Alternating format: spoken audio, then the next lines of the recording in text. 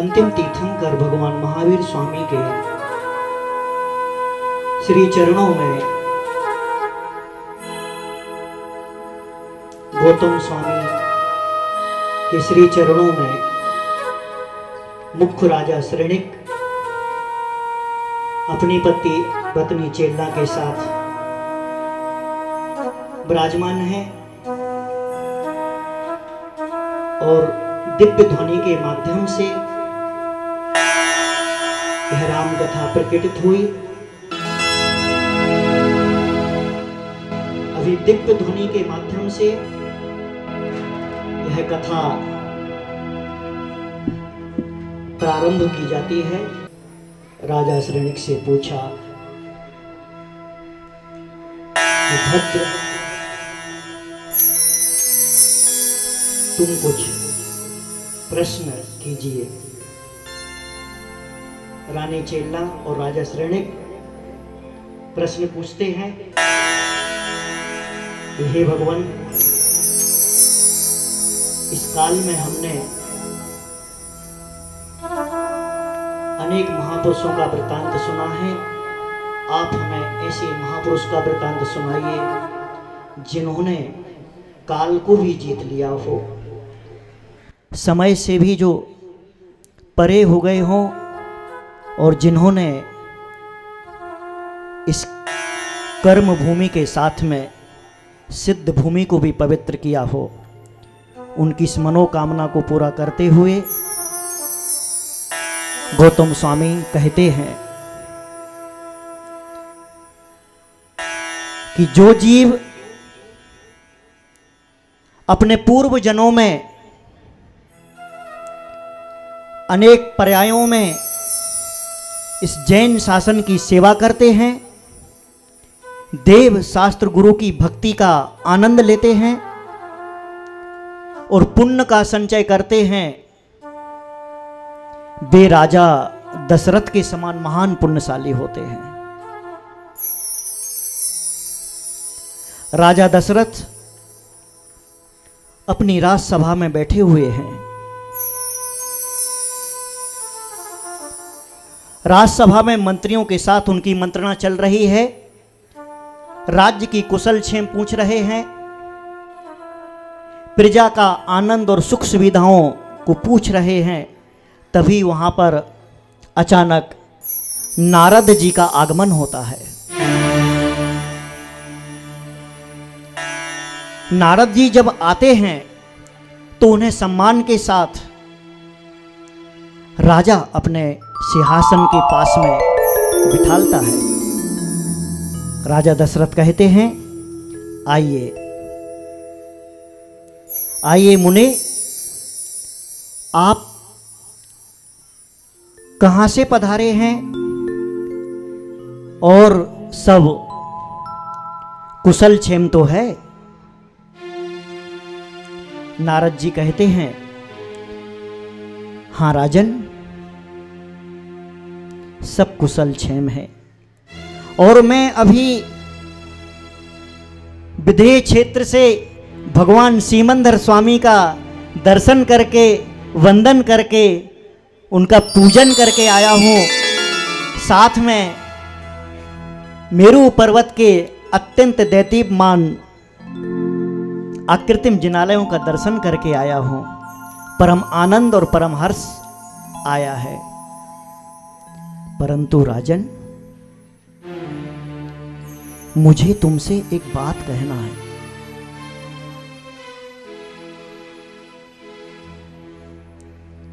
एक बात कहना है। वो बात मैं कहने के पहले भगवान का स्मरण करना चाहता हूं।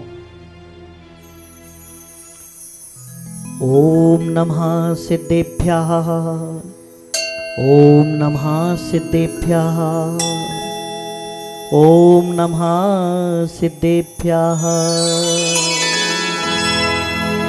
मोक्ष मार्ग के वैभव वाले अरिहंतों को नमन करें हम। नित्य निरंजन आनंद दाता सिद्ध प्रभु को नमन करें हम। पंचाचार विभूषित गुरुवर सूर्य गुरु को नमन करें हम। शास्त्र प्रकाशी ज्ञान प्रकाशी बुझायों को नमन करें हम।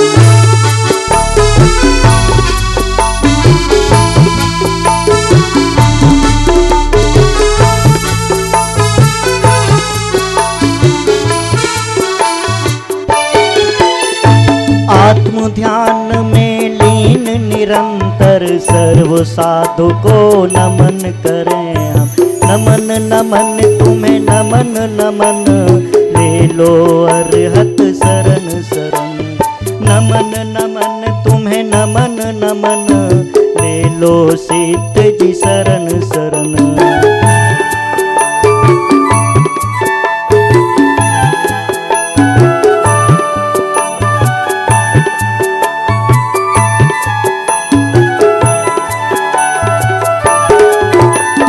नमन नमन तुम्हें नमन नमन ले लो सूरी शरण शरण। नमन नमन तुम्हें नमन नमन ले लो बुझाए शरण शरण। नमन नमन तुम्हें नमन नमन ले लो साधु शरण शरण। नमन नमन तुम्हें नमन नमन ले लो साहो शरण शरण।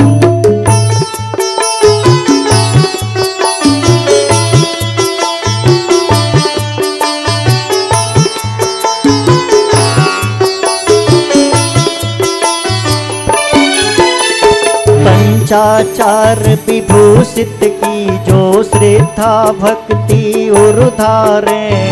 ऐसे पंच परम पद धारे हम सबको भी मोक्ष दिलाए। हम सबको भी मोक्ष दिलाए। हम सबको भी मोक्ष दिलाए।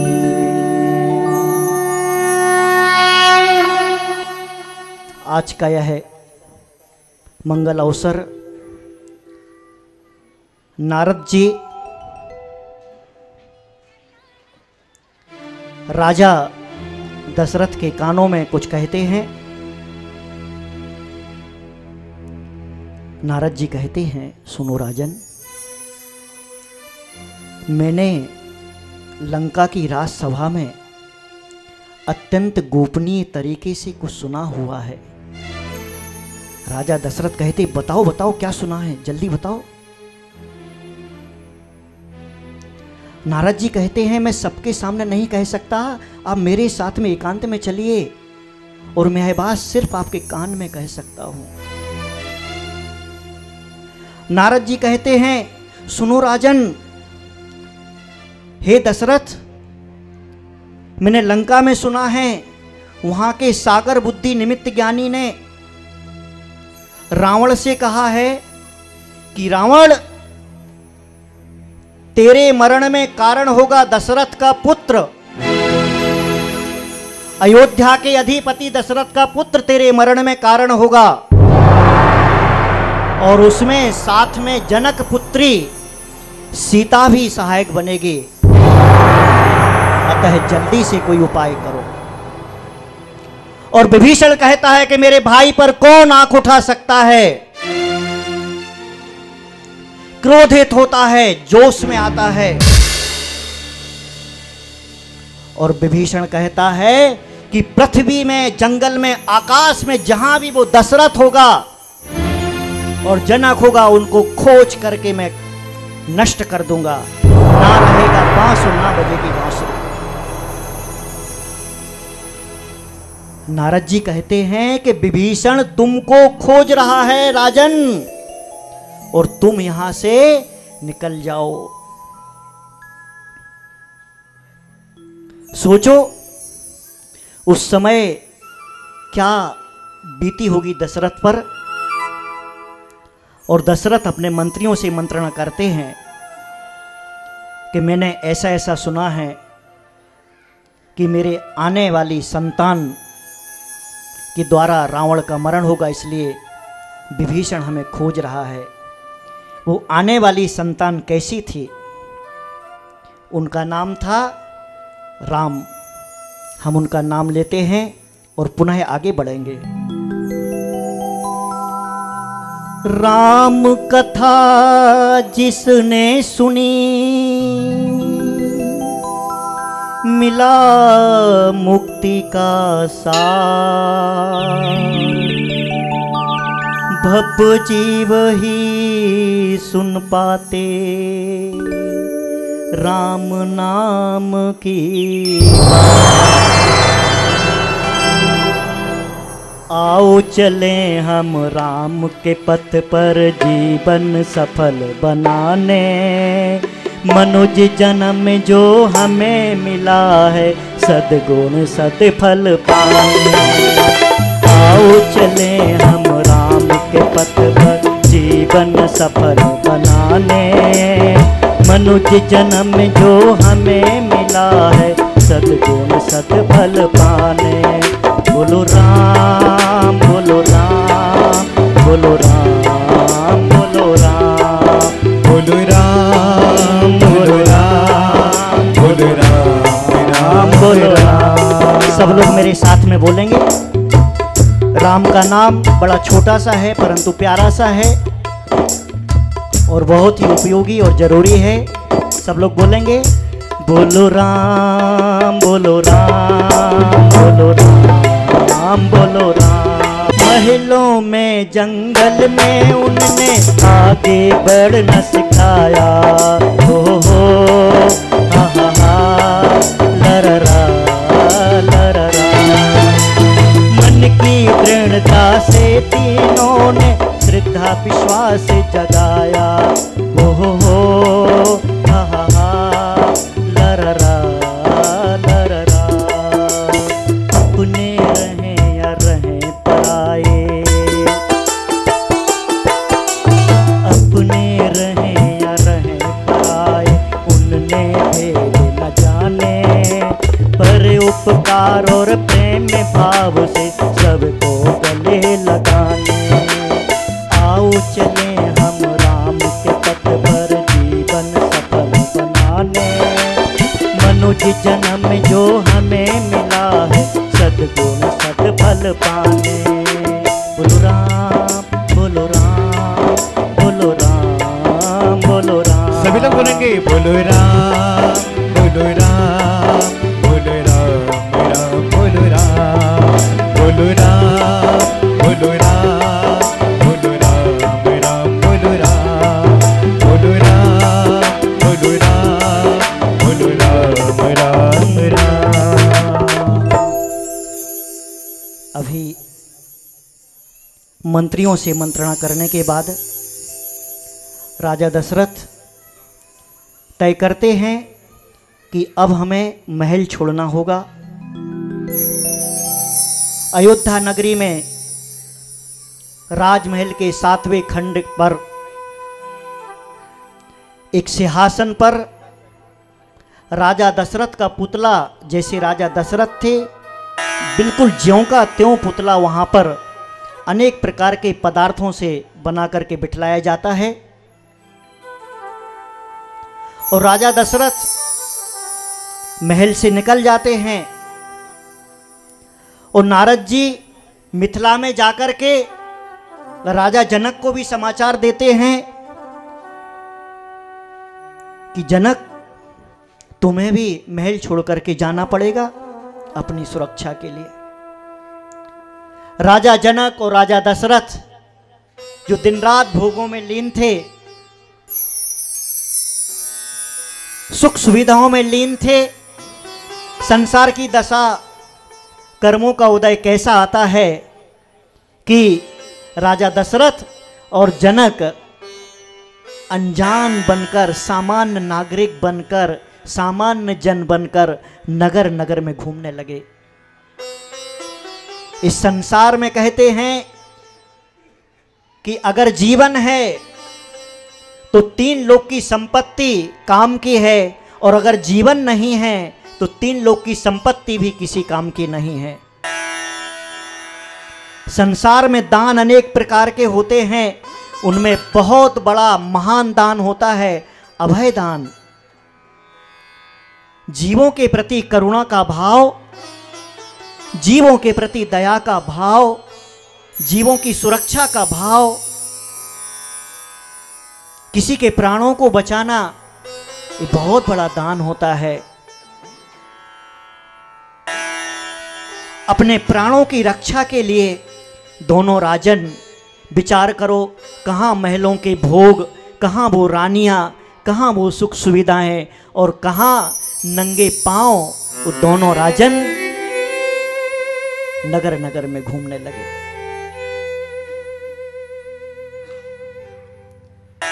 परंतु कहते हैं कि जो होता है अच्छे के लिए होता है। अगर महलों में रहते तो कुछ भी हो सकता था, परंतु वो महल से निकल करके बाहर निकले। इस संसार में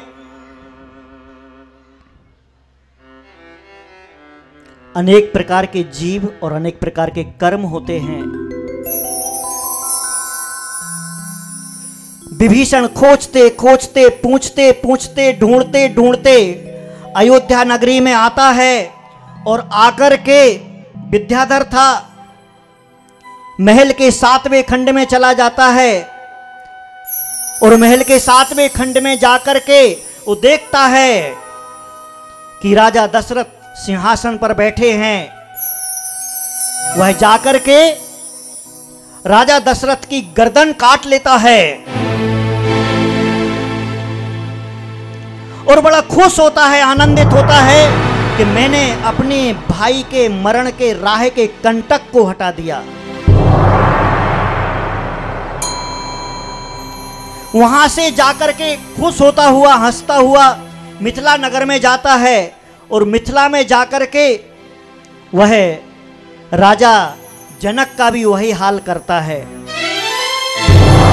और दोनों गर्दन को लेकर के अट्टहास करता हुआ, हंसता हुआ जाकर के उन दोनों गर्दनों को समुद्र में फेंक देता है। और फेंकने के बाद में जाता है लंका और रावण को समाचार सुनाता है कि मैंने तुम्हारे राह के कांटों को हटा दिया है। खुश होते हैं, आनंदित होते हैं, परंतु भव्य जीव जो होता है उसे अपने अपराध करने पर पश्चाताप होता है, और जो अभव्य जीव होता है, जिसका संसार बहुत बड़ा होता है, जिसे संसार के दुखों को भोगना होता है, वो अपराध करने के बाद में पश्चाताप नहीं करता।